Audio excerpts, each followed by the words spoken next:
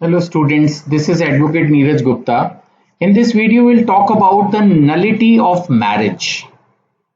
देखो हम void और voidable marriage के बारे में पहले ही पढ़ चुके हैं. Void marriage के बारे में हमने पढ़ा सेक्शन 11 में, उसके ग्राउंड्स अलग थे. फिर हमने voidable marriage पढ़ा सेक्शन 12 में.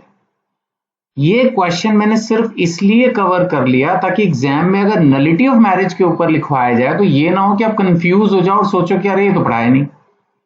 नलिटी ऑफ मैरिज और वॉइड वॉइडेबल मैरिज एक ही चीज है. ऐसे समझ लो कि वॉइड मैरिज अलग है, वॉइडेबल मैरिज अलग है, लेकिन दोनों को कंबाइंड वे में बोला जाए तो नलिटी ऑफ मैरिज में आएगा. यानी कि सपोज अगर आपसे एग्जाम में नलिटी ऑफ मैरिज लिखवाया जाए तो आपको वॉइड एंड वॉइडेबल दोनों के जो क्वेश्चन तैयार कराए थे दोनों को समरी फॉर्म में लिखना है. 10 नंबर में आएगा तो 5-5 के लायक दोनों लिखना है, 20 का आएगा तो 10-10 के लायक दोनों लिखना है. ये मतलब है नलिटी ऑफ मैरिज का. सो नलिटी ऑफ मैरिज का क्या मतलब हो गया? विवाह की शून्यता. मैरिज इज आइदर वॉइड और can be declared invalid by a court. दोनों चीजें आ गई, राइट. तो इसमें वॉइड और वॉइडेबल ये दोनों चीजें हैं जो कि नलिटी ऑफ मैरिज के अंदर आपको डिस्कस करनी है. ठीक है. यहां पर एक legal declaration by the court that the marriage has no legal existence, कि मैरिज अब एग्जिस्ट नहीं करती. यहां पर डिवोर्स नहीं हुआ है, यहां पर एक तरह से इनवैलिड कर दिया या कैंसिल कर दिया. एक तो हो गया कि शुरू से कह दिया कि it is invalid from the beginning, या फिर एक मैरिज को कैंसिल कर दिया. ये डिवोर्स नहीं है. डिवोर्स थोड़ा अलग है, वो भी हमने पढ़ा नहीं है. उसके बारे में हम सेक्शन 13 के बारे में बाद में पढ़ेंगे अगले क्वेश्चंस में.